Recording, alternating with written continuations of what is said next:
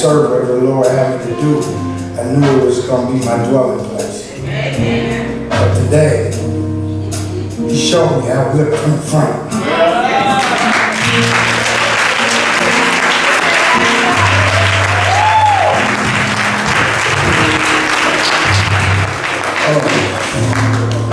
My soul was full of Him today.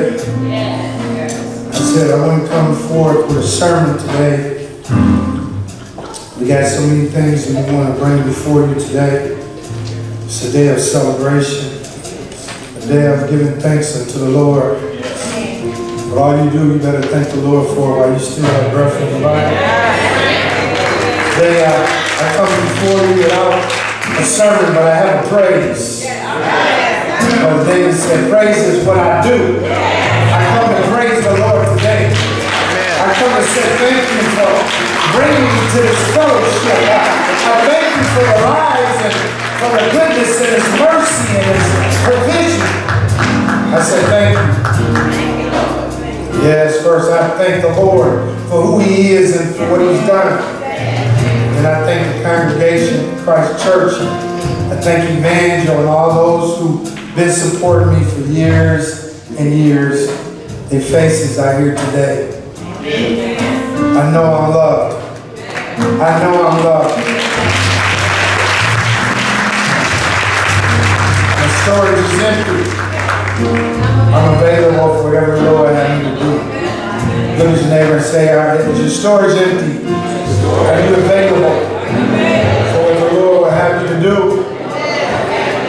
Yes, I remember when I first came in, about 10 or 15 people in the congregation, Pastor Carr was teaching us a lesson.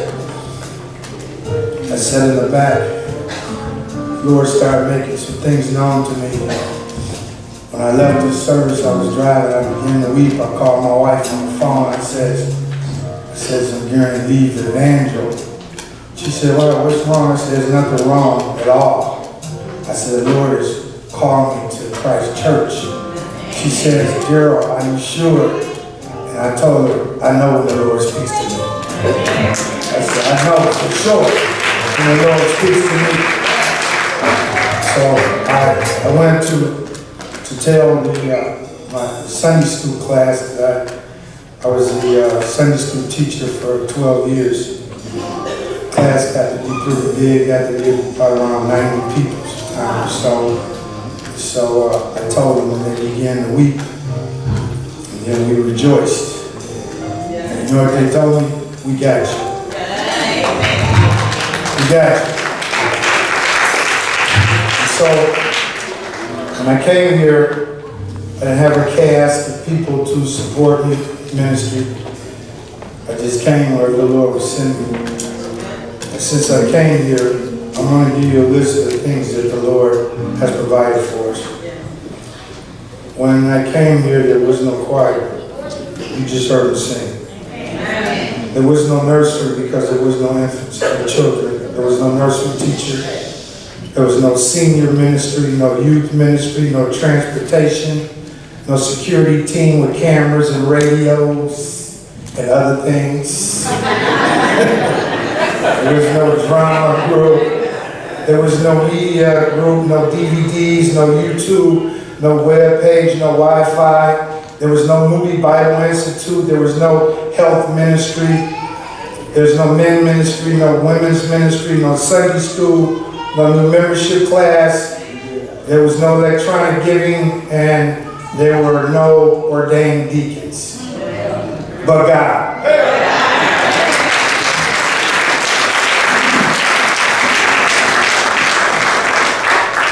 Since I come to this fellowship, I have ordained 13 deacons. Ushers and greeter are expanded. I believe it was 2 to 4, and my brother is one of the trustees. Roy, how many ushers is it now? 16. 16.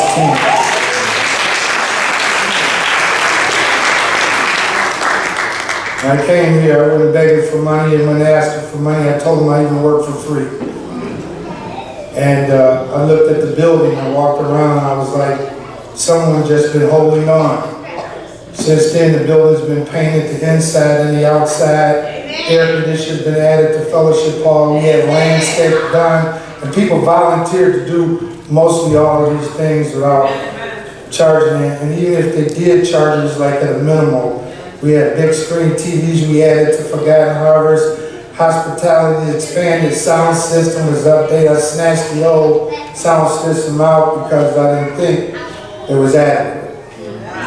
Look at your neighbor and say, God is not through. I had a couple of naysayers when I left. They didn't think it was going to work out for me. But look at your neighbor and say, how you like us now? Oh, bless the name of Jesus. Yes, yes, yes.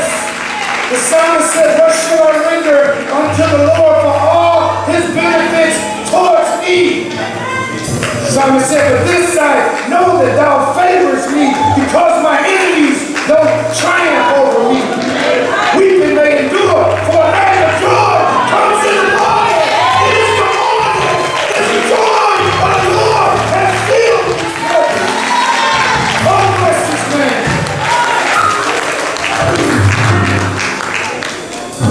I think about this love affair. I think about every soul that he placed before me. It's precious. I told him I'm a shepherd. I'll go to your house and see you. If your husband acting up, I might visit him. I'll go on the roof and do some work. I'll cut the grass. I was up this morning to figure out I was going to edge up the front again. I had started on the back. I was like, hey, I want all these things right. But what's more important is the soul of those who the Lord bring before me. Yes. I've been through the fire. I've been in the lion's mouth. And he called me out to be a shepherd. When the naysayers closed the door, the Lord says, not so. He says, I am the master of your destinies. I am the author and the finisher of your faith. I am the shepherd that keeps you. And I make you be whatever I want you to be. My friend that's behind me here on these drums, he came over to my house one day. This is over 5 years ago. He says, Kimbrough, I'm here to tell you something. I said, what you want to tell me? He said, the Lord sent me to tell me you're going to be a preacher. I said, are you sure? He says, I'm sure. The next thing I know, I was reading the Bible 4 or 6 hours a day, every day. Sometimes 8 hours. He would call me on the phone and say, you reading the Bible, aren't you? He get me ready. And sure enough, he come to this fellowship, and now he's playing the drums in the church when we started. Here it was 10 or 15. And right now, I want the original members that was here when I came to come to the front of the church. Those who were here when I came, first time, those who were here.